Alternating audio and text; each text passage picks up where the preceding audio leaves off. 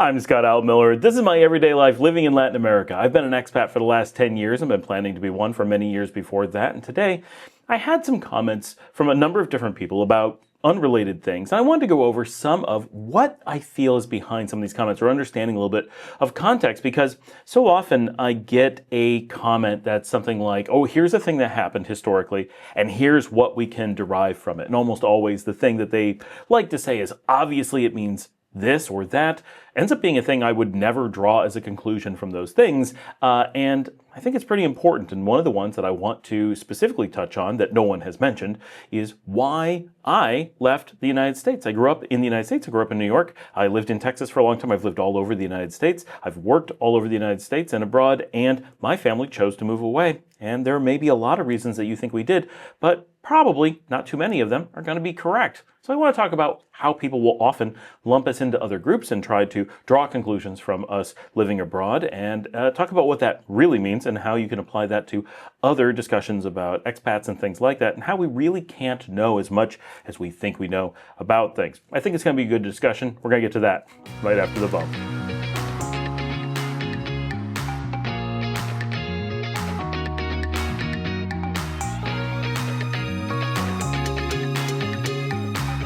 Before we dive too deeply into today's discussion, I'm just going to point out that we are on the Fuji XS20 with the brand new 16mm Suri lens that I've been wanting to try out. We're in vlog mode and we're using an old negative film emulation to give this look. So just playing with something new while I'm doing evening videos, because I need to do some catch up after the Christmas and New Year's holidays. That's why we're recording this way.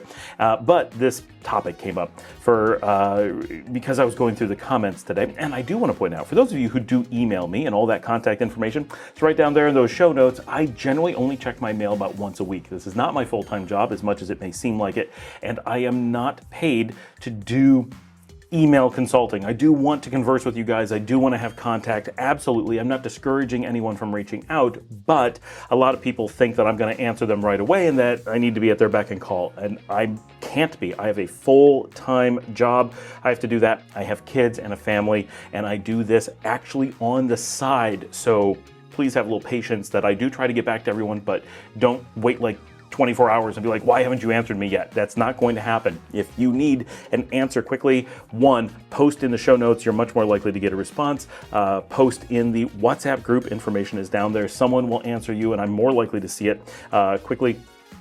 And email me earlier if possible, so that there's enough time for me to get back to you. I just don't have unlimited time to be responding to everyone right away, especially when I'm not getting paid, because I got to put food on the table too, like everyone else. Okay, that's the first thing. Second thing, if you go down in the show notes, for those of you who do have questions, one, just write down below, like ask questions, leave comments, say hello, but in the show notes are instructions on how you could send in a video question so you can be on the show too. Would love if more people did that. So just encouraging you to do that. I rarely mention it this early in the show. Okay, so in the comments today, someone said that back in the 1980s, that a number of Nicaraguans were offered the opportunity to get a free second passport by simply touching Guatemalan soil. Now, I know nothing about this particular event.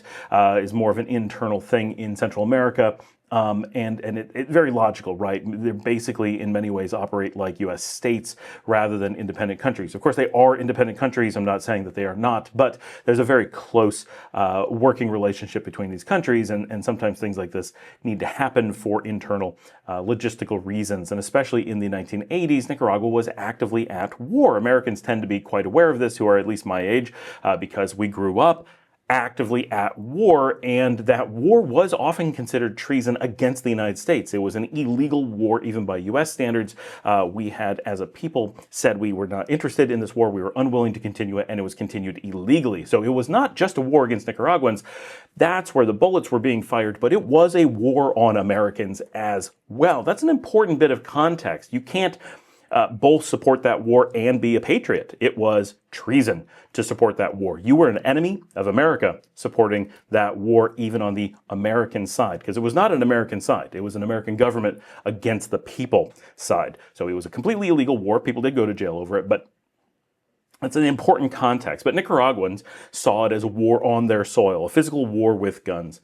And a large number of Nicaraguans, of course, emigrated during the 1980s.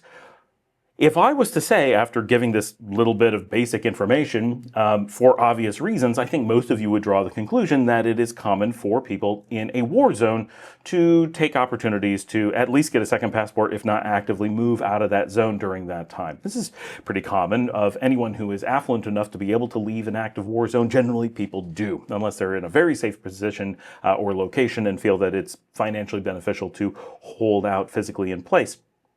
Lots of people don't have the flexibility to leave their homeland, and some people just are not willing to, and that's absolutely fine. But you can pretty much understand why this would happen. Likewise, if we described the Great Potato Famine in Ireland at the time, you would probably, and then said, right, there was a huge emigration to the United States, and lots of the Irish who live in the United States today are descended from people who were starving during the potato famine, who left and came to the United States where there was plenty of food.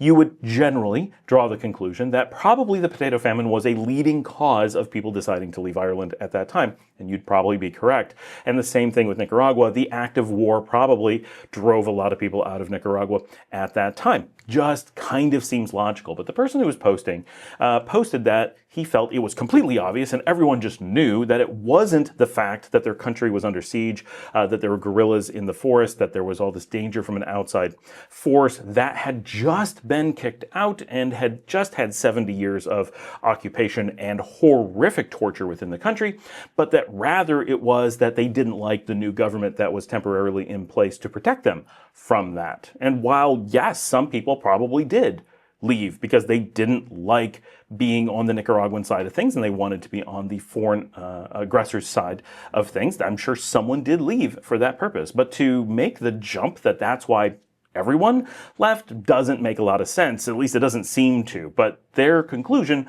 was that the war and the obvious things were not the reason. Just like saying there was some, they didn't like the current laws about driving or how you had to feed your horses in Ireland during the potato famine, and that's why they left, not the famine that people were starving from.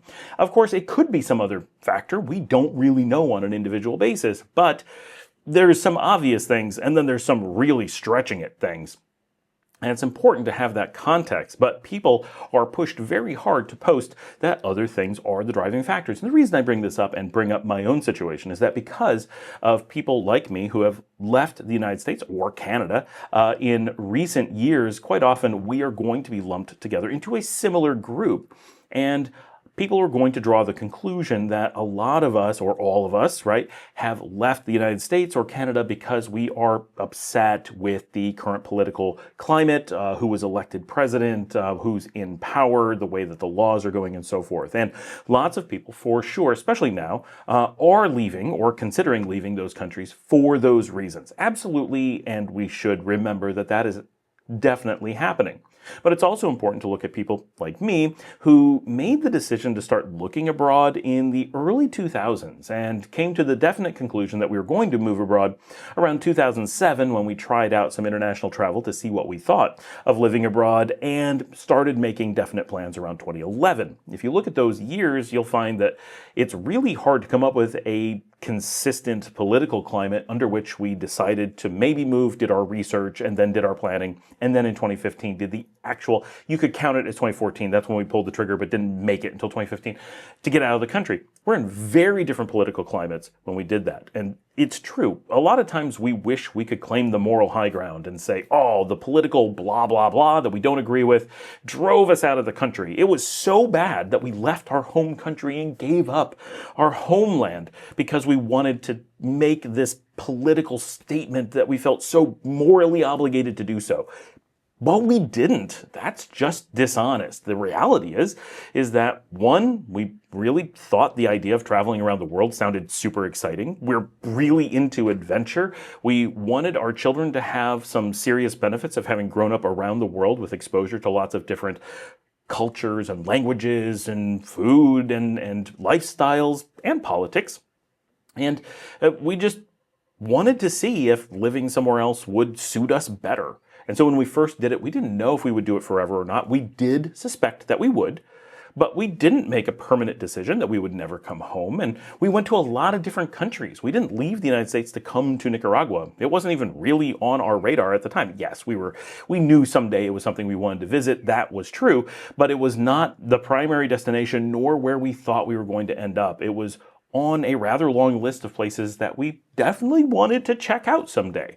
That was kind of it. And if you'd have asked me in early 2015 if Nicaragua was very likely to be a long-term stay, not a permanent stay, just a long-term stay, I would have said, oh, I'm interested in it, but I don't know if it's going to make that list. By late 2015, we were already here. Life had changed, mostly because we ended up in Panama, fell in love with Panama, and decided to explore more in the region. We then left Nicaragua and didn't return for a number of years. So yes, we did stay in close contact. We did end up investing here pretty quickly. We did come back not that long later, and we always were in love with it. But we didn't know for some time that it was going to be our permanent home. And even honestly, when we came in 2021 and made the permanent move, we still didn't really know it was going to be permanent. We were still like, this is our indefinite home, but permanent, that seems like a stretch. It's just for the foreseeable future, which could be many years, could be for all the time that we have kids, but for it to be our final home, we really didn't expect too much. We knew it was an option by that point, but we just didn't really feel that way. And so a lot of people are going to take us and loads of other people who moved during the same general time period that we did and say, oh, they moved obviously for political reasons. And yeah, it feels good to have that kind of like high and mighty, I'm better than you kind of feel, but I'm not. I didn't, right? I did it because it just seemed really fun, obviously. And like, yeah, good for my kids. We put in a lot of thought to make sure that we thought it was the right thing for our family. And in hindsight, we agree that we still believe that it was the right thing for our family. And we do think we eventually ended up in the right spot for our family. Like it all came together. And I think we did a lot of good planning, but we didn't do it to make a political statement. It just isn't the fact. And I know very few expats for whom that is true. A lot of us have some amount of, yeah, we're upset or not super thrilled with whatever political thing is going on or new law. But I mean, you could say that about anybody anywhere most of the time. That's not a big stretch. Almost everyone is discouraged to some degree with their government, even if they generally are happy with it. They may still have bits that really make them a bit irate. Sure, there's always things that we were unhappy with, and yeah, a lot of things don't align well with us, regardless of what time period you're looking at in our lives. So, of course, there were always discussions and thoughts about political situations in our home country and around the world, and it wasn't completely ignored, but was it a driving factor for us? No. Was it a somewhat background factor? Maybe, but I'm not even sure it would be honest to say that that's the case. It probably is. There probably was a fair amount of like, I don't see the political climate in the US or Canada moving in a really positive direction. It seems to be getting worse. So that's a good pro in the time to become an expat column. Like that's kind of what it was like, rather than here's this thing that's happening that's so dramatic, we gotta go. And it's just so easy to lump people in and look at other places, because people ask me, why are so many Americans leaving the US today? And then people ask, why are so many Nicaraguans moving to the US today? And we have lots of videos to go into those specific dynamics and what is driving those things. But in reality, every person has a different set of personal factors. If you have an active war zone, often that is a big contributor. If you have a famine or a lack of employment, those tend to be really big factors. The United States, yes, it does have some big political factors. Those mostly are more recent than when we actually moved. People who are moving today are more likely to be a bit more politically motivated than we were, than anyone was during our time frame. But now there's some really strong economic factors that are pushing people out of the United States. That those factors were there for us, but they weren't as strong. And so those are commonalities. Most people who are moving abroad from the United States, I would say over 50%, maybe over 2/3, right, do look at not just I want a better economic opportunity, but I feel that the United States or Canada has a real fear that their economic climate is not a healthy one, and that while businesses may do okay, things like housing cost, food cost, general cost of living, the ability to overcome living paycheck to paycheck to actually have an affluent feeling life seems maybe not out of reach, but reasonably out of reach, or very, very much a stretch, whereas by moving abroad, people feel that they can achieve that level of affluence or a lifestyle that matches that level of affluence some other way. That's one of the most common factors today, with politics definitely being much bigger. So for us, and most people that I know from our general age range, there was a lot more adventure or seeking to live in paradise, wanting to avoid snow, just being really interested in other cultures, or really falling in love with, for example, the pub life in rural England. Sometimes you just can't get that in your home country, and it's a specific thing that just sucks you in. And I have done videos where I talk about how important it is to really focus on the pros of where you're moving to rather than the cons of where you're coming from. And I know right now for North Americans, a lot of you are being pushed by a lot of cons with where you're coming from, and that's unfortunate. It is nice when you get to a new place to be able to be like, oh, it was so bad, I had to. Right? It doesn't matter whether I wanted to or not. I had to. I had to do this thing. And it feels good to have that moral high ground. And I don't have that. And a lot of people don't have that. But in seeing these posts from people saying, well, we know this is why people did things, and then something completely unlikely, even when it seems really likely, like me, where it seems like there must have been political motivation, there still wasn't. It's still hard to draw those sweeping conclusions for large groups of people. And I wonder how accurate it is for any large group. Obviously, when there's no employment and no food and there's a war, like, yes, there is big pressures that tend to make certain things happen in large numbers. That is absolutely true. But we have to be careful. Look for those things and make sure there's something that is truly, really obvious, because the things that people often point to aren't things like even now. Let's be completely honest. Even now, with the incredible instability in both the US and Canada, the incredible amount of divisiveness and animosity towards any particular part of the government, ingoing, outgoing, doesn't matter. It doesn't matter. Everyone is unhappy. The number of Americans and Canadians that are actually seriously considering emigrating because of that remains very low. And even of those who actually do emigrate and are willing to state why they emigrate, most still aren't doing it for those reasons. More than before, yes. And those who aren't doing it, it's more of a factor than before, probably. But is it actually creating a political situation where people feel the need to actually get out on a regular basis? No. The percentages are getting bigger. The number of people is larger than before. But it's not a mass migration caused by this. Could that come in the future? Maybe. Do I see that as likely? No, I don't think it's going to. I think it's going to be an increase, but it's not going to be a dramatic one. So even in this seemingly really obvious climate, I don't think it's very obvious at all. And that's important, that I don't think politics under almost all circumstances drives mass migration. It just doesn't. There's basically no politics anywhere in the world that does that. Now, there are results of governments that could do that, right? China in the 1950s did have political decisions that resulted in mass famine. And that did create a lot of mass migration. It had to. But it was the famine. It was the results, not the government itself. People may have been happy or unhappy with the government that made that decision, but they were really making the final decision based on the famine, not on the political climate. You could argue that the two go hand in hand, and to some degree they do, but in general, they're two separate things. If the one climate didn't result in the other famine, the number of people who would have been unhappy with it would have been much more minor, and the number of people who were willing to emigrate based on that unhappiness would have been trivial, I believe. So, just an important thing to keep in mind. People always want to play the politics card and make everything look like it's some big political thing. Why are so many Americans moving abroad? Because of politics. No, not in reality. Some for sure, but it's not the big thing.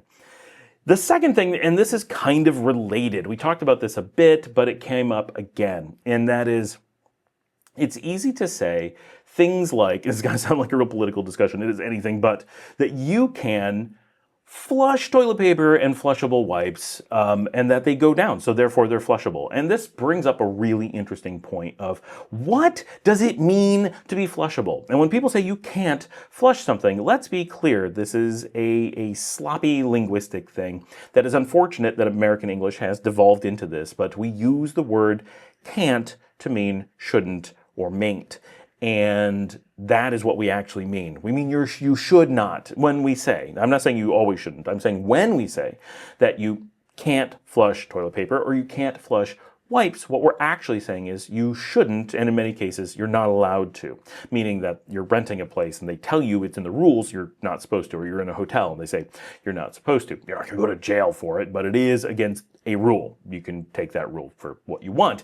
But that is what we actually mean, is that you should not. And when we say you should not, it's either based on cultural norms that the society believes this is something you shouldn't do, or we're basing it on the idea that it is bad for the municipal plumbing systems. When we say the plumbing can't handle it, we don't mean your toilet. We don't mean the plumbing inside your house, although those things could have more problems. Certainly they're going to have more problems rather than less if you flush more things, but we don't expect those to actually have problems. Those are probably new and they have been tested over and over again by people flushing things.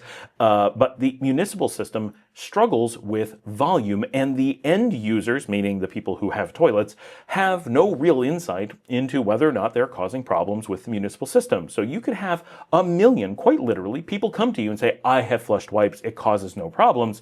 And not one of those million people have the slightest idea whether or not they've caused a problem. And none of them individually cause a problem. If you had one person flushing wipes in the most unmanageable plumbing situation on earth, it will probably still flush the wipes without a problem. It is people flushing wipes with regularity en masse that creates the problems. It is that they get caught along the way, they build up and don't disintegrate where they're supposed to. And the same thing with toilet paper, it doesn't disintegrate as fast as something else is going to. Yes, toilet paper is designed to break up and designed to go into septic and sewage systems, but one could argue that flushable wipes are designed to do the same thing.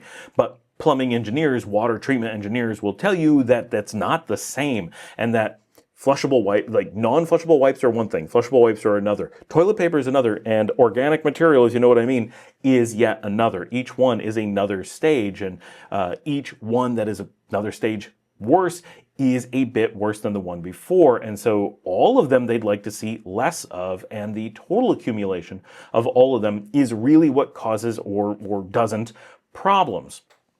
And so this is, every time we have a discussion about this, someone comes in and in different levels, right? Someone says, you can flush anything. I've tried. Someone says, you can flush unflushable wipes. I don't know why they say unflushable. They go right down. Other people say, I flush flushable wipes. Never had a problem. Some people say, I flush toilet paper where everyone says you can't. Never had a problem. I get comments like this on every single video that we talk about, even though we say, just because you flushed it tells us nothing and just means you don't understand what we're saying. People still come in and say it. And the chances that no one is going to say the same thing on this video is incredibly low. Someone's going to come in and go like, you don't know what you're talking about. I flushed paper towels. And someone's going to come in and be like, I flushed, sponges or actual towels. And I got it to go down the toilet. Therefore, they're flushable. Okay. Yes, they're flushable in the your toilet can do it sense, but they're not flushable in the your municipal septic system is able to handle this in the designed way at the designed volume sense. And that gets into kind of a gray area because you need municipal engineers to say, well, we didn't design it to be pumped out this often. We didn't design it to have to be cleared out manually this way, and now we have to do these things to accommodate these things that are going into the toilets. So it's not operating the way it was meant to. But does that mean that you can't or shouldn't? Then it gets into a gray area. Well, maybe we want people to clean it out so that we can flush these things. Some people would argue for that, and it's a valued argument, but it's important to understand what we mean when we say anywhere in the world, when anyone says this, because I've lived in so many countries where you can't flush toilet paper and definitely can't flush wipes. And I have owned septic systems and currently own septic systems where you certainly can't. I know that if you do, one, you're going to break our rules, and two, you're going to cause a problem because the system cannot handle it as designed or even as not designed. It just can't handle it. It's a big deal. And so I know for a fact that many of these places do have problems, that you can't reasonably put in systems that can handle this in places where people want to be, often in islands and beach areas where you have very high water tables and you often have backflow from the ocean and things like that. I've lived on an island in Greece. I've lived on Crete. I've lived on an island in Italy. I lived in Sicily. I've lived near the shore in Spain, although that one was actually in a mountain, but same problem. In all those cases, it is generally a cultural thing that you're not supposed to flush any of that stuff, but it also actually causes problems in many of those systems. Now, in all of those outside of Nicaragua, they did provide bidets, which greatly reduced any desire to have those other things and reduced just the general volume that anyone had to deal with. So they dealt with it in more elegant ways. Here in Nicaragua, those remain a rarity. Bidets do, although it's my personal mandate to get out there and encourage more businesses and more people to install them. I think it will help everyone. We are a water sovereign country, one of the very few that is expected to make it for the next several decades without running out of water. So focusing on things like bidets is a great way to fix other problems we may have. The more bidets you have, the more you're able to handle a little bit of toilet paper in the system when it does happen. But here in Nicaragua, we don't have it widespread yet. So yeah, it's generally believed that it is impactful, pun not intended, to the municipal sewage systems if you're going to use those things. And that is what we mean. So unless you are working with city water supply planners and they are telling you, no, we've tested wipes, toilet paper, whatever, and they flow through, and if the whole city, everyone agreed that they're going to use them, we could handle it, and it's designed to handle it, and it would be no problem at all. Unless you have municipal engineers telling you this, you don't have insight. You cannot have insight into whether that particular municipality can handle those things. So don't say, I can flush those things, unless that is the position you're in, either direct access to or you are the city municipal planner. I did have someone hop in who was a municipal water engineer, and they said, no, you can't in the situation that they were in. But I do have someone in the community who is that position. They do exist, obviously. They're real people. But that is what we mean. So please don't repeat that you can flush those things, or you'll be linked to this particular video so we can explain how that is not the English we are using, and hopefully it is obvious that no one is actually confused and thinking that the toilets are different and can't handle paper in them. Obviously they can handle paper at the toilet level. Are people really confused about this? I'm really shocked that people think that's what people mean. Like, really? Okay, but yeah, that's not what we mean. Anyway, thanks for joining me. Get down those comments. Like, subscribe, say hello, ask a question, send in a video. Please, if you'd like to support the channel, you can buy me a coffee at buymeacoffee.com/Scott Allen Miller. You can join our community. We got a join button down there that helps you become part of our community and just commit to a $5 monthly donation. It helps keep all this going. And let me know what you think of filming on the 16mm Suri with the Fuji. I do like doing this. It's very convenient to once in a while do these things at my desk and pump out an episode. And it lets me have a completely different voice and interaction with you guys, and lets me get another episode out when the day is just way too busy. And with that, I will see all of you tomorrow.